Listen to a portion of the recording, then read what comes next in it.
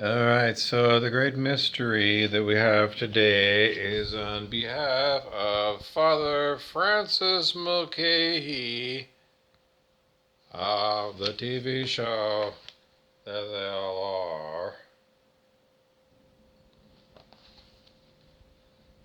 Hello, they're from MASH. So, anyways, Father Mulcahy, it's just, I don't know. The greatest disappointment that, if you're a religious person, that you have is, trying to pull off, this miracle that Jesus sort of is famous for, it's just, when people drop dead, at least here in Thunder Bay, Canada, people drop dead. I don't, like, even though there's like old time churches here,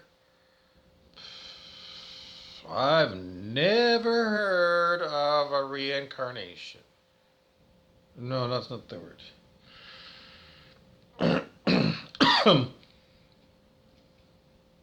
A resurrection. I've never heard of a resurrection. Well, I know there's the phony baloney ones they say that could happen on an operating table, but um, no one really knows what happens when, you go under anesthetic anyways. I went under once and I woke up and I don't know, this girl was crying and I was like to the nurse, well, wheel me over there. I'll talk to her and help her because she was driving me crazy. She wouldn't shut up. This girl who also was coming out from under anesthesia. I don't know. What do you dream of? I don't know. I don't know. I don't remember. Why am I whining? I don't know.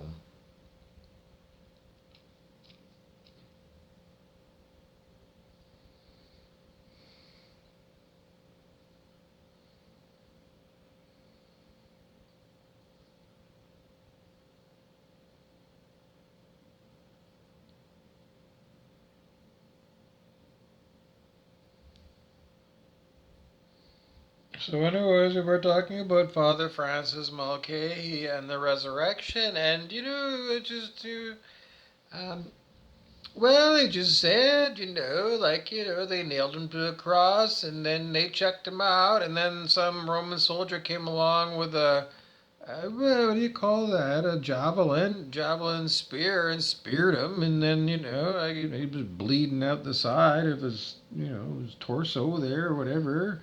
They called it water, but it must have been mistranslated. They said they poked him and then there was water came. I mean, they must have mistranslated it. Because water doesn't come out with, you poke a roo somebody, you're going to get red blood. Aren't you? Aren't you? I don't know. Anyways, Father Mulcahy is like, I got all these years in with, the priesthood. And there's nothing else I can tell you except that, raising the dead is like, they don't teach you that at preschool. I don't know. Maybe they teach you that at, post school, preschool before kindergarten or post school, or, I don't know, some particular age. They usually say by the age of 50, people have a change in the weather, midlife crisis. Like you might have your midlife crisis, I don't know, but anyways, between 30 and 50, you're going to have something that's going to, I don't know, that's what they say.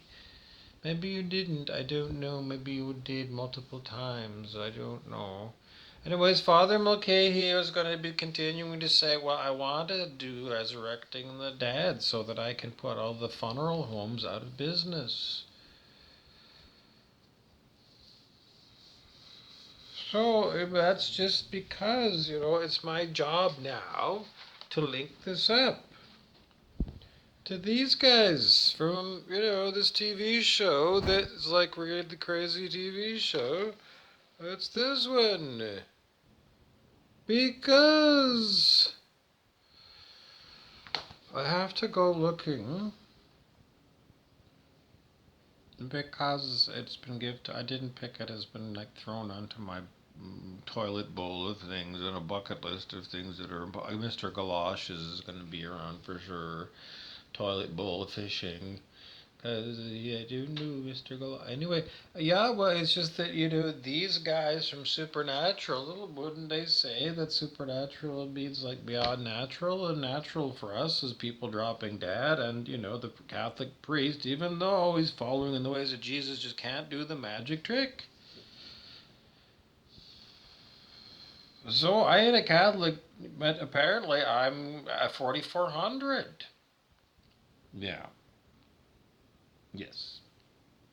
Because in Hollywood, North, blah, blah, blah, blah, blah. I was an extra, blah, blah, blah, blah. And one day they called me up and they said, you go there to, I think it was the University of British Columbia was the setting.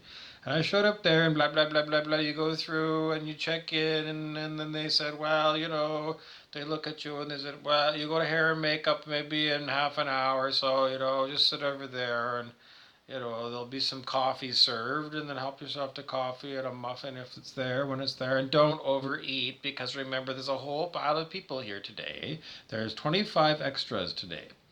So you've got several extra tents. Pick a tent, and I don't think in those days they didn't care about man spreading. It was just like there's a certain amount of food, and don't eat it all. And that crafty table over there is for the principal actors. Like if Steven Seagal shows up, yeah, you don't go anywhere near that one. That's private. That's for the movie star, but they don't call them that. They would call them the principal actors, just because it's. Anyways, that's what it would be. But that one crafty there, that one is, for you extras. And, usually there was like food, quite a bit. And then, in half an hour, then you'd go into the hair and makeup tent, or it was a trailer maybe. And they would look at you and they would do touch ups here and there. And if I don't know, they might give you quite a haircut. Maybe. Anyways, and then they would look at the clothes because you brought a suitcase with 3 changes of clothes that they would look at to see if they wanted to use them in the movie or not. And either they'd pick something from there, or they said none of that stuff is going to work, and then they'd send you over to what do you call those people on set? They clothe you, anyways, the clothier's trailer, and there they put you in something. Anyways, we were talking about supernatural. Yeah, I don't think I put into anything extra special, but the first time I went as an extra in the movie business, I went on this TV show in the West End of Vancouver. My job was to, with a woman, the two of us, run out of a 3-story apartment building, and there was fire trucks parked all around, and I guess they were going to CGI in all the fire. The building was supposed to have been on fire, though, and then afterwards, when I was standing around, I was done. That was all I had to do for my scene. And then there was all these fire trucks all around, and then there was the director who was talking about filming the demon, and I didn't know anything about this demon. I didn't know nothing about this TV show. Never heard of it. Nothing about it. Anyways, it's like this demon, and they've got like all the cameras going down, a West End side street. And the director said, okay, the demon's going, I don't know, maybe going up or going down or whatever. These ways of going down the street, so film this direction. And then maybe, I don't know, maybe they put a CGI demon in afterwards, but they got the backdrop of, that where the demon would be going down the street. And so something to do with the demon and this fire at this apartment building. And apparently, I don't even know what episode it was. All my paperwork's long lost. But that was the seed, and I would be. It can't be for sure that you would see my face or not, because I don't know if it was used or not. But cutting room floor, you should see my face. Yes, I would say so. Supernatural. I wasn't on MASH. But we were talking about the other show that I was on as an extra, that was out at UBC University, and then. They pointed at that group of people. They said, "You stand over there," and I did. And then they started filming. And then during the dialogue, it was made clear that us bunch of people in this group of people, we were of the 4400, and the 4400 had spiritual superpowers, including what they used to show at the beginning of the original 4400 TV show. Um, some guy took a dead bird and put it in his hands, and the dead bird came back to life. So the ability to raise the dead. This was off as a horrible name in like Gothic literature. It's called necromancy. A necromancer is someone who can raise the dead. So Jesus is a necromancer. If it sounds like, people say, don't study thing occult or whatever, I'm going to tell you that, the most churchy person that we know, Ned Flanders of The Simpsons, he studies occult stuff because he wants to learn everything about demonology. Because I saw that in an episode of oh my goodness. Anyway, off topic.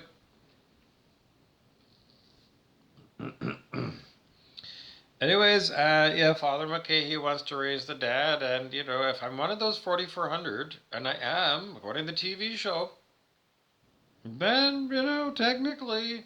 Now, did every member of the 4,400 have the same superpowers in the TV show? I'm not inclined to believe so, but I didn't look at every episode. But I did see a blurb somewhere, and it sounded like they had different kinds of powers, and maybe not everybody had this gift.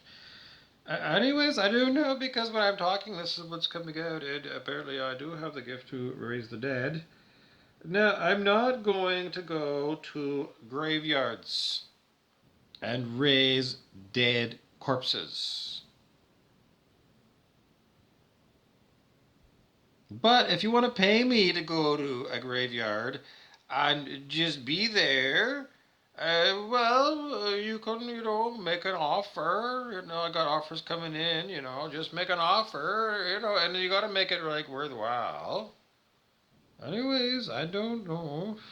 What do you want me to do? You want me to go to Bohemian Grove while they're doing satanic rituals? By myself as a guest of Henry Kissinger? No. I ain't going there. No. I ain't going there. No, I'm not going there. No.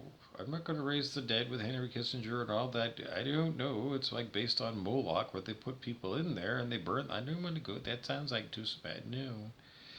I don't know. People just want to know how far. Like I don't really want. I don't know. Anyways, I don't know. I mean, anyways, somebody from some version of the Illuminati offered me a ridiculously low sum in order to join their organization. It was so low that it was ridiculous. I don't know. It was a scam, anyways.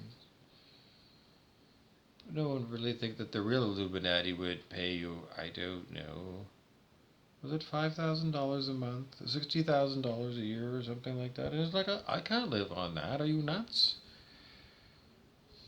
But that's I don't know. So the idea is that the Illuminati are going to call and your ship is coming. It's like no. And then multiple times I've had people that call themselves Illuminati join our organization. The same text and everything, but it's all. Anyways, so as far as raising the dead, then how would I raise the dead? Um, um, I got a special trick. Me, me, I learned it. It's a special trick.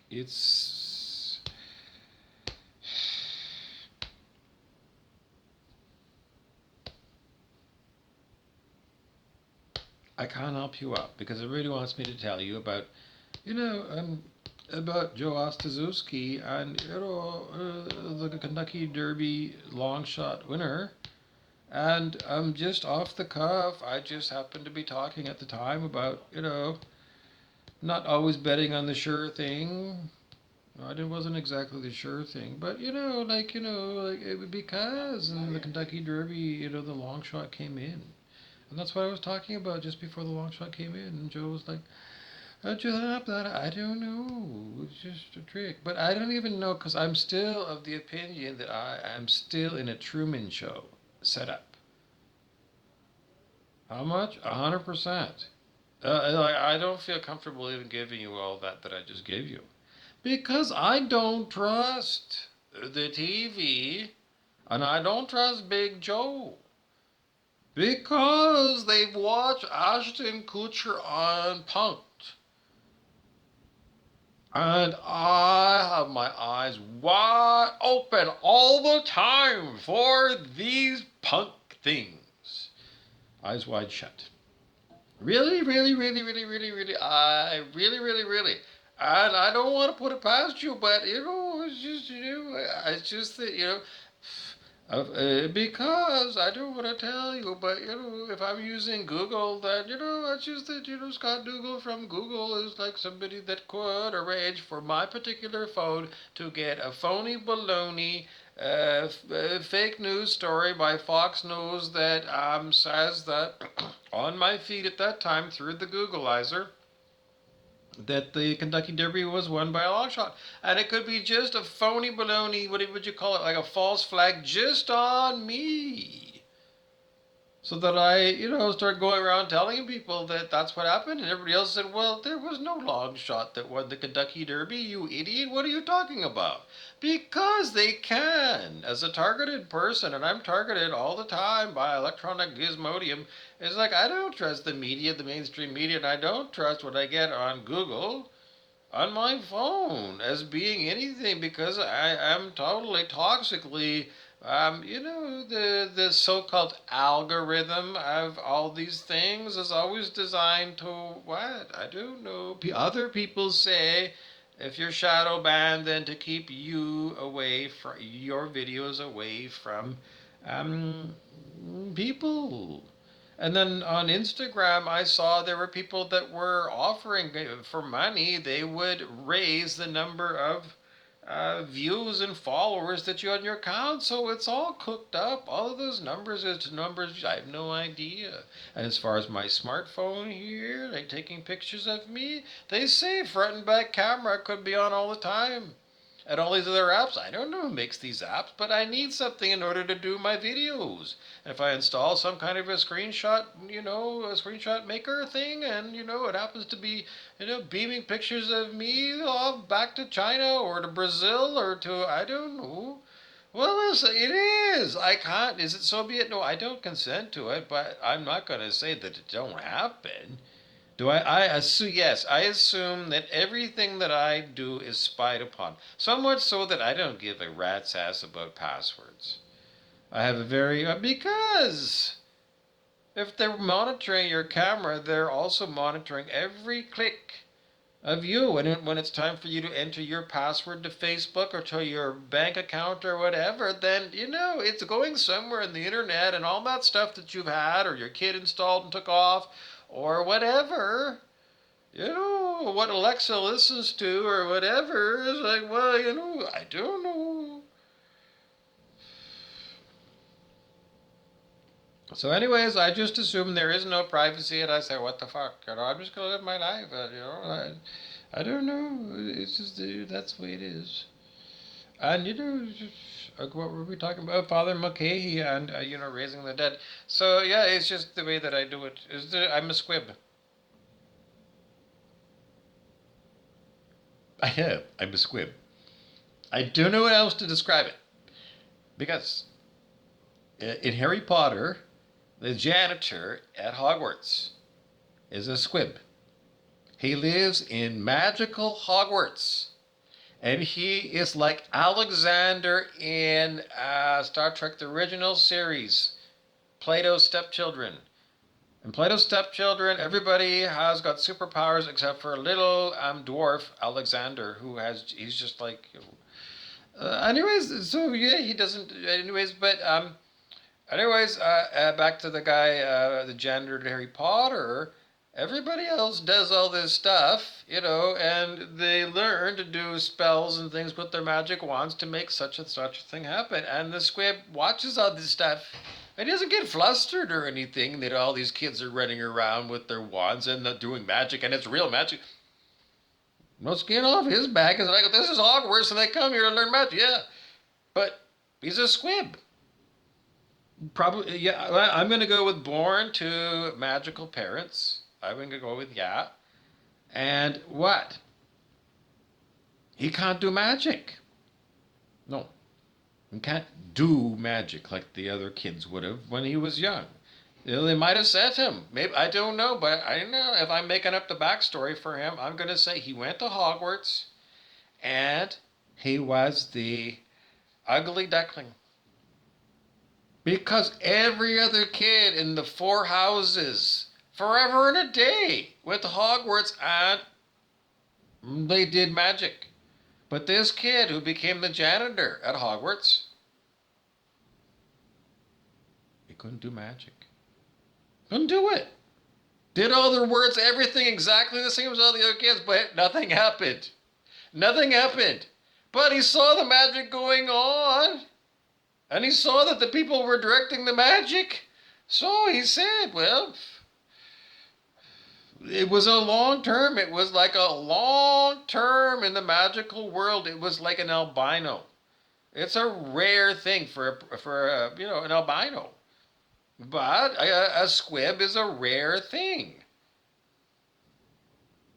Because he was the only person they told us in all of those Harry Potter movies. The only person we know of that is a squib besides me. Me and the janitor, Smythe. Smythe the janitor. Me and Smythe. Smythe the janitor is the official mascot of Cracked magazine, which is, a partner magazine of Mad magazine, Mad and Cracked. Because at Christmas time, ideally, I'd want. Anyways, okay, let's go. What else do we want to talk about? Okay, so being a squib, me, yeah. So like what? Well, just that these things happen around me as a 4,400 person. Well, they didn't do magical words. No, it was just innate in them. So as a squib, is it innate in me? Yes, it's innate in me. In other words, I don't know. What decides what's good? I don't even know. I don't. I mean, in the olden days, I would. I don't know. I can't even tell you because present day, right now, what I'm just going to say is I'm a squib, which means magic definitely happens around me. But just like the janitor Smythe, you might as well call me Smythe. Hi, I'm Smythe the janitor. Magic happens around me. It's not uncommon for people to have this. Or is it? Well, if you think of kids' movies, Walt Disney movies we went to when I was a kid. Well, we were first thinking about Mary Poppins. And before Mary Poppins, we thought of the chimney sweep. The sweep is as lucky can be. Chim chimney, chim chimney, chim chim chiroo. Good luck will rub off if I shake hands with you. And blow me a kiss. And that's lucky too. Yeah, so anyways, well, because if you watch that movie, that magic happens. I think with Mary Poppins, she's kind of like Samantha the Good Witch on Bewitched. She might move her nose a little bit. But I don't. No, I don't do anything like that. No, I don't. I don't know. Can things happen far away from me? Um, well, the Kentucky Derby is in Kentucky, and I'm in Thunder Bay, so yeah, that's a long way away. And that whatever that magic thing is, Coach O was like, go Seminoles. So, way down in Florida. So, that's a long way. And, so, being a squib, I don't think that the magic is limited by. Brent Beeson, the devil, says it's not limited by time or space. Because he said it was given to us in a previous download. Don't, take it with a grain of salt, but we were told that human muggle magic is the strongest magic of all. What's muggle magic? Just the way that humans laugh and call you foolish, and if you continue to say that you do magic, you better get put on stage and do some card tricks. And if you can do card tricks, then that's okay. And if you do levitating, then um, I don't know how far you can go before people start saying this is too scary for you to do this. Well, levitating like an inch and a half off the ground, you can do it like kind of like just an interesting way of posing.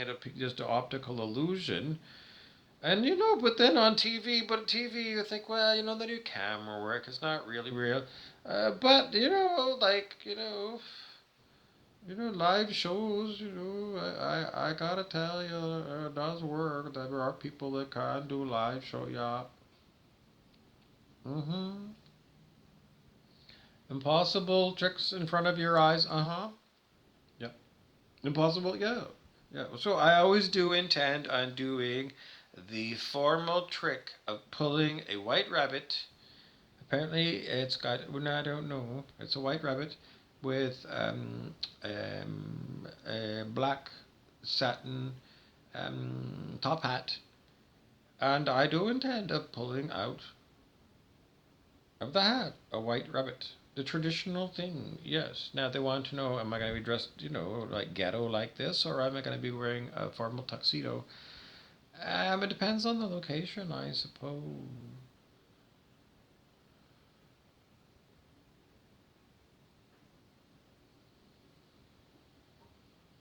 Anyways,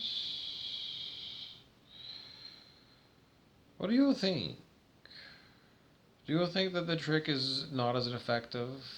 If I just go at that and then pop out came like a black hat and then out crawled a little white bunny?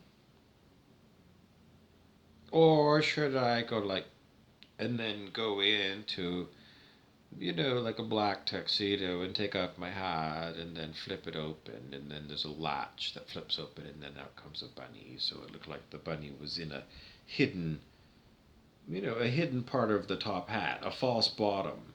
The top hat's up here, the bunny's up here in the false bottom, and then, you flip it around, and then the bunny just, gets curious and pops her head out, and there's nothing holding that flap in. It's just to cover it so that if you put the camera down, it looks like the bottom of the hat. And she pops out, and she crawls out, and there she is for the crowd, and everyone laughs and smiles. And you could do that with camera tricks. So you'd have to see it live with your eyes. Make sure you're not hypnotized by Ravine first. Can Ravine hypnotize you? Have you ever seen Mike Mandel? Professional stage hypnotists? I don't know. People are very good at acting hypnotized when they want to be part of the party and they want to be center of attention. When people want to be center of attention, yeah. Then they want to be the hypnotized victim. Yes, because they want to do incredible feats of strength, like having somebody pick you up by your ankles and sort of right back here, just sort of below your neck, on your shoulders back here, and then see whether you collapse in the middle or whether you have super strong stomach muscles and you can stay perfectly straight with only support at your feet and here. Well, a good actress can, with proper posture. I don't know if they can or not. But hypnotized, anyone can do it. But you must be hypnotized. Yes. Well, it's just that certain people, including certain squibs, are difficult to hypnotize traditionally. However, I don't know what to tell you because, the world has moved on from those days, when I used to, hope that at certain times that I would get a Cracked magazine, a Mad magazine, uh, Franklin W. Dixon version of a Hardy Boys hardcover book. M&M's. I never got hockey cards. Maybe an interesting addition. Maybe a Stephen King book like It. Did I read It or not? I don't think I formally read It. Strangely, because I think I read almost everything of his. I saw part of the movie. Maybe I just was, unplugged from it. My favorite Stephen King book of all time. Books and novellas or just books? Okay, so big tomes. Beeson votes for his choice of what I would say is The Stand. Other people say Firestarter was very good. His early books were excellent. They were excellent, excellent.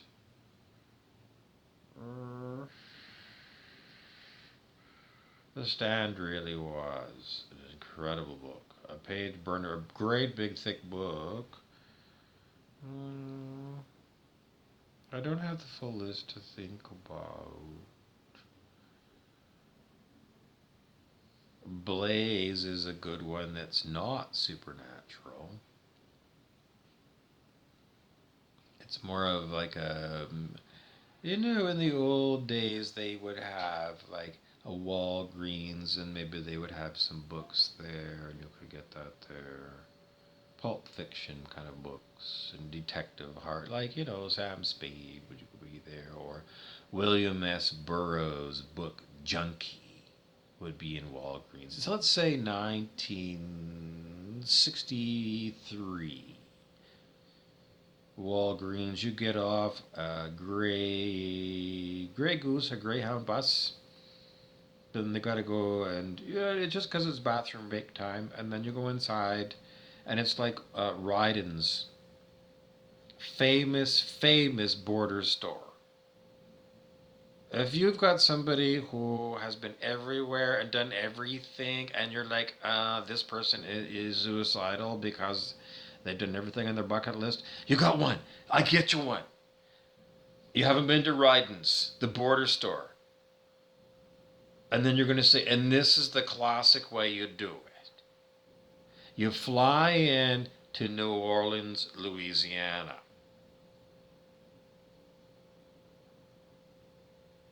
And you rent their car.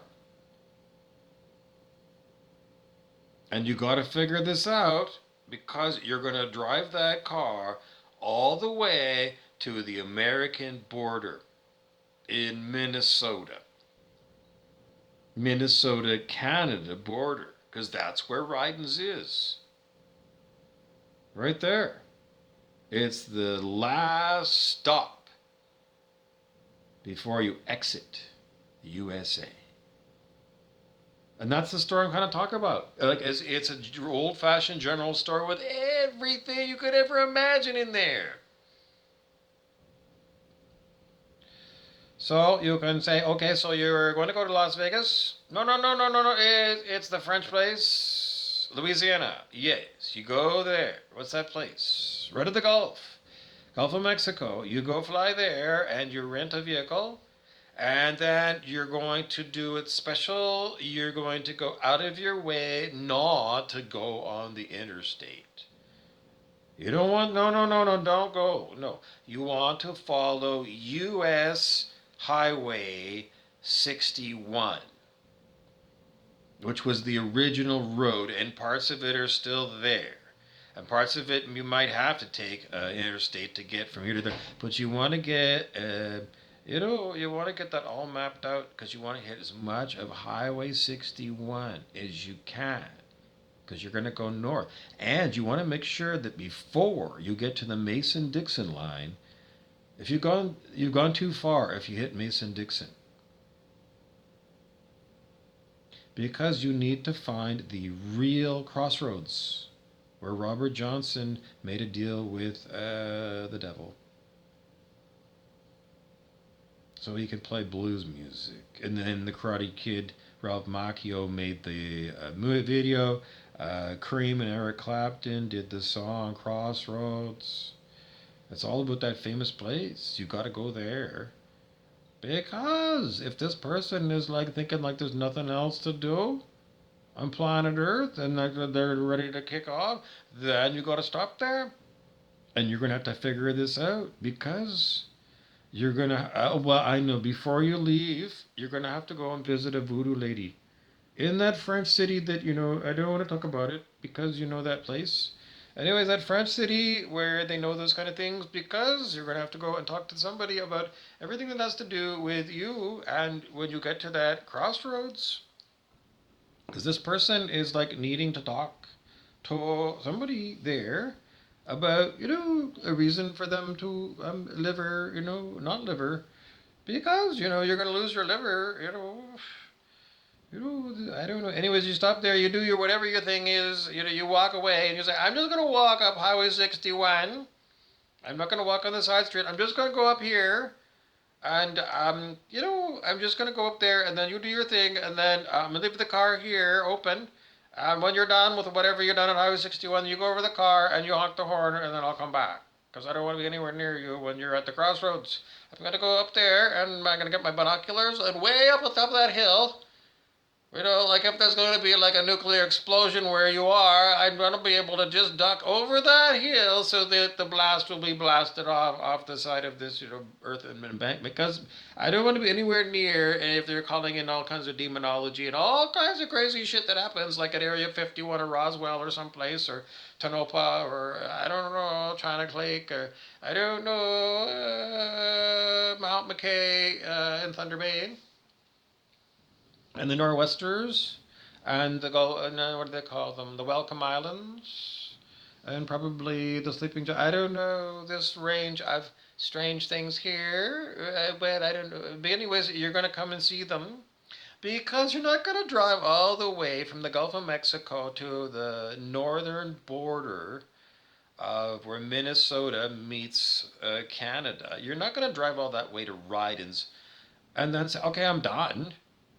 Well, you'd have to turn around and you'd have to drive back to Duluth, Minnesota and drop off your rental car there. And then you'd have to fly out of Duluth to wherever, you're going to. But what's the point of going all the way to the Canadian border in your vehicle and not, crossing into the foreign country? Well, why not? Because Highway 61 does not end. No, no, it doesn't end there. It doesn't end at Rydens. No, they got it wrong on Wikipedia, and I had to put a blurb in there the other day to say, no, you got it wrong, because they had it not even as far as the Canadian border. No, they had it like ending in Wisconsin or something. It's like, you're stupid. No. It goes all the way to Thunder Bay. That's where Highway 61 terminates. The northern terminus of Highway 61 is Thunder Bay, Ontario, Canada. Hello, that's where I live. So, so what you're going to do then is you're going to come to Thunder Bay. And this will be your home base for you exploring all kinds of stuff. All kinds of stuff. But you could go and put on, must see, you need to go to Fort William Historical Park because that's like going in a time warp back into 18 something. I don't know, I can't remember exactly. I don't know, 18. I don't know.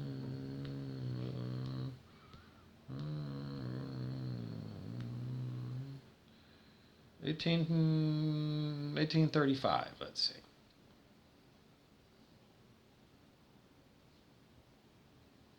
Okay. Something like that.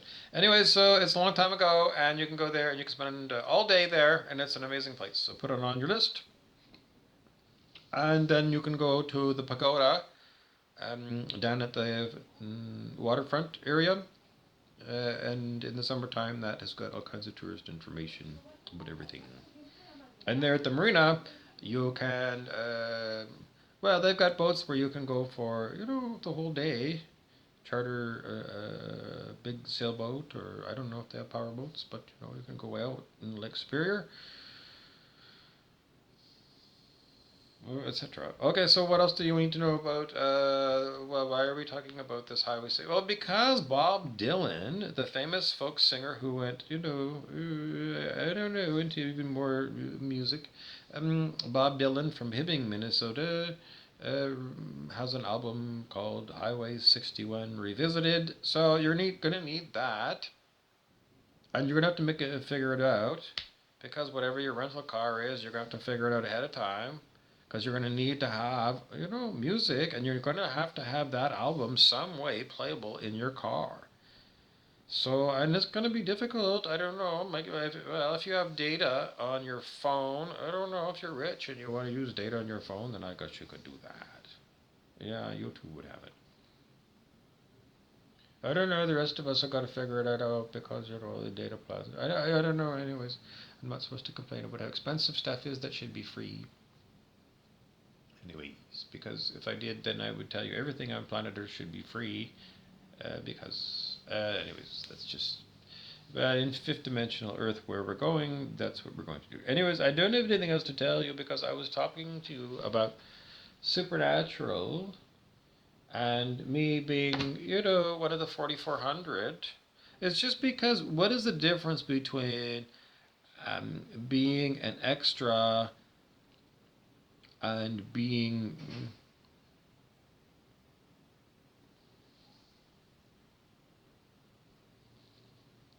the thing in itself?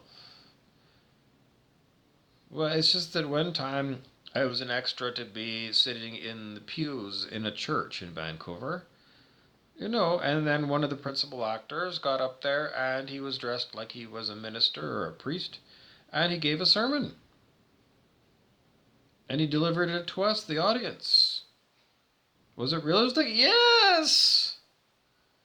Yes, it was a good sermon. It was like a real sermon, as if he was a real. Yes, just as good, better than many. Well, it was Hollywood script writing, and it was a great, great piece, and he delivered it perfect, as if couldn't have done it any better if he was a minister.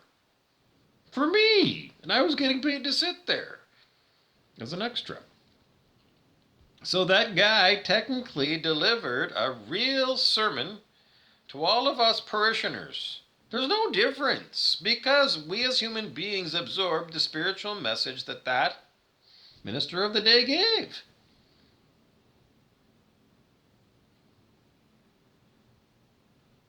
And you're going to go, well, okay, so you go connect the dots. If he's an actor, acting as a priest in a church, delivering a sermon, and me in the audience is like, well, I'm just like the person, watching it on whatever TV screen you're watching on.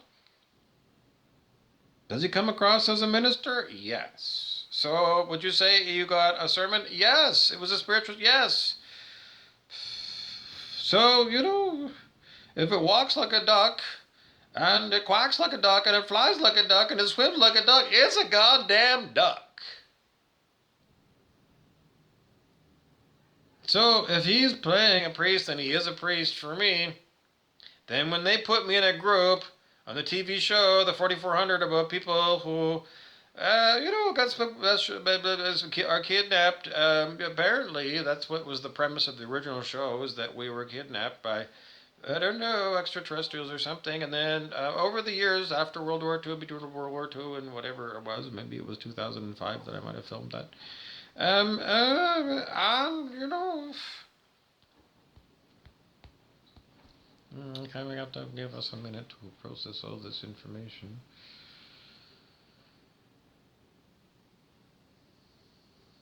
Okay, so I was telling you about the priest in the church, dressed in a priest uniform, delivering a sermon, even though it was an actor, and me as a paid extra appearing to the movie camera as a parishioner in a church. I said it to me it felt like a real sermon. Yes, he delivered it perfectly. Yes, as if he was. Did you believe he was a minister? Yeah.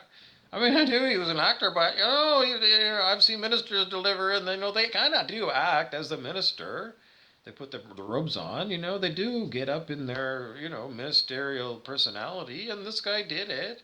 So, when they point at my group of people on camera during the filming of the 4400 at, on set,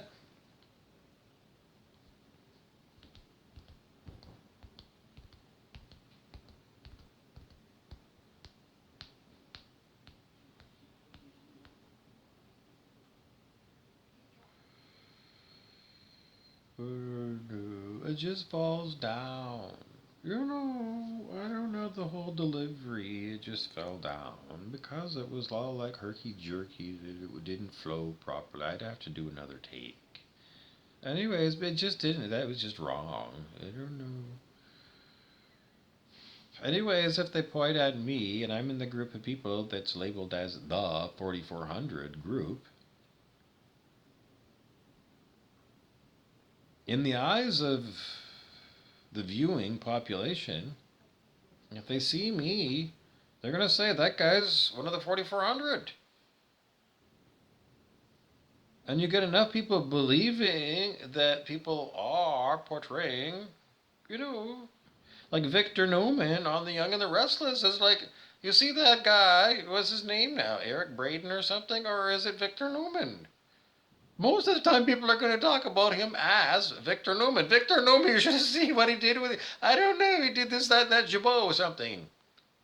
Victor Newman. Everybody knows him as Victor Newman. And then, I don't know. So if I'm, one of the 4400, then I do have spiritual superpowers, including raising the dead. And remember, I'm a squib, so I don't say I'm raising the dead. But if I start talking and I say blah blah blah blah blah blah blah, and at the long shot, once in a while you should just go with the long shot and just say that to Coach O of the Seminoles. No, he's not of the Seminoles. He's of the other one, the University. Is that right? Florida State. Yeah, it's not NFL. No, you see how dumb I am. I don't know. Kind of dumb sometimes. Anyways, yeah, well, I don't know. Anyways, yeah, that's Seminoles. Yeah, Coach Ho. Yeah, anyways, I don't know because I don't know. I got lots of orders in. Yeah, I'm just going to pencil it in. And I'm not going to do it like a Steven because I don't do anything. I'm a squib. It just happens. These things just happen. You ask Coach O. I'm just talking to him about the long shot. Once in a while, I just go for broke and just bet on the long shot. And then he calls me back and he says, Bob, you won't believe it, but the long shot just won the Kentucky Derby. Now, is that a Truman Show on me? Did that really happen or not? I don't know because, you'll have to confirm it yourself because, I just believe in the Truman Show that, I could be being punked like Ashton Kutcher does. All the time, I feel like I'm being punked, just so you know. So that's the way I feel about it. Whether it's true or not, I feel punked all the time. The rest of it's up to you. It's up to you. It's up to you. Call Coach Joe. Coach Joe Ostaszewski of Florida State Seminoles. Go Noles!